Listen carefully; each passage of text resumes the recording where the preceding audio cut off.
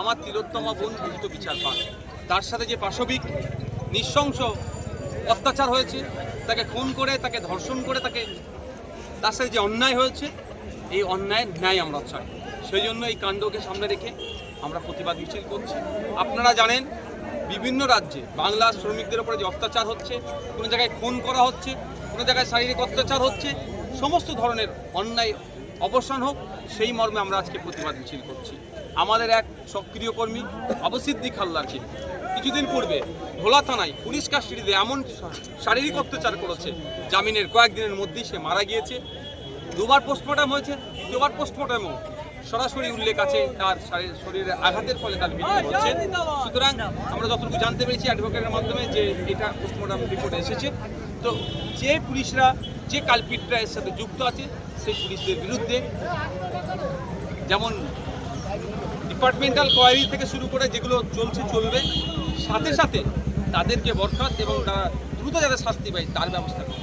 মূল অভিযোগকে গ্রেপ্তার করতে পারছে না, দেখছি কখনো ভলেন্টিয়ার গ্রেপ্তার হচ্ছে, কখনো কোনো থানার ওসি। কি বলবেন, ক্যানিংয়ের বুকে দাঁড়িয়ে কি দাবি জানাতে চাইছেন, কি বলতে চাইছেন? দেখুন, আসল মাথাগুলো খুঁজে বার করা হোক।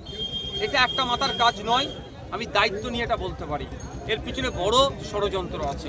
কারা কারা ছিল ওই সময় ডিউটিরত, তাদেরকে জিজ্ঞাসাবাদ যদি সিবিআই করে তাহলে অনেকে বেরিয়ে আসবে। আর কেন্দ্র রাজ্যের যে অশুভ আঁতাত আছে সেটা ধ্বংসক আমরা বারবার চাইছি। যে সিসিটিভি মনিটরিং করতো ওই দিনকে, তাকে জিজ্ঞাসাবাদ করলে অনেক কিছু বেরিয়ে আসবে। এতগুলো বিষয় থাকছে, নাহলে আপনারা বলুন না, এত তড়িঘড়ি তিলোত্তমাকে দাহ করতে হলো কেন? তড়িঘড়ি ওই বাথরুমটা সেমিনার রুমের সংলগ্ন জায়গাতে সেটা ভেঙে দেওয়া হলো কেন? তড়িঘড়ি এইগুলোকে করা হলো মানেই বোঝা যাচ্ছে এর মধ্যে শাসক কোনো না কোনোভাবে জড়িয়ে আছে। তবে শাসক কিভাবে জড়িয়ে আছে, আমার যতটুকু অবজার্ভ, আমি যতটুকু জানতে পেরেছি সূত্র মারফত, এখানে শাসকের বড় বড় নেতার বড় বড় দামাল ছেলেরা আছে, যারা ডাক্তারি পড়তে গিয়ে এক প্রকার ওয়ান টাইপ অফ মাতালাতাল বিভিন্ন ধরনের নেশা করত।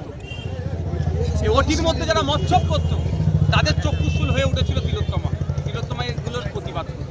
সেই জন্য তাকে এই ক্যানিংয়ে একাধিক মানুষকে মিছিলে আসার জন্য তৃণমূলের পক্ষ থেকে হুমকি দেওয়া হয়েছে, কি বলবেন?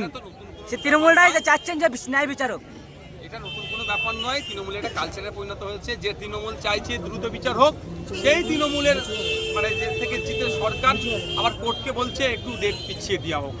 যে তৃণমূল বলছে দ্রুত বিচার হোক, সেই তৃণমূলই সরকারের পক্ষ থেকে সুপ্রিম কোর্টে 21-22টা উকিল লাগিয়ে দিচ্ছে বিচার যাতে না পাই তিলোত্তমা।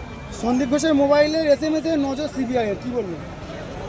সিবিআই যদি সঠিকভাবে তদন্ত করে, দুবাই থেকে হয়তো তিলোত্তমার খুনিদেরকেও হয়তো পুলিশ নিয়ে আসবে বা সিবিআই ধরে নিয়ে আসতে পারে।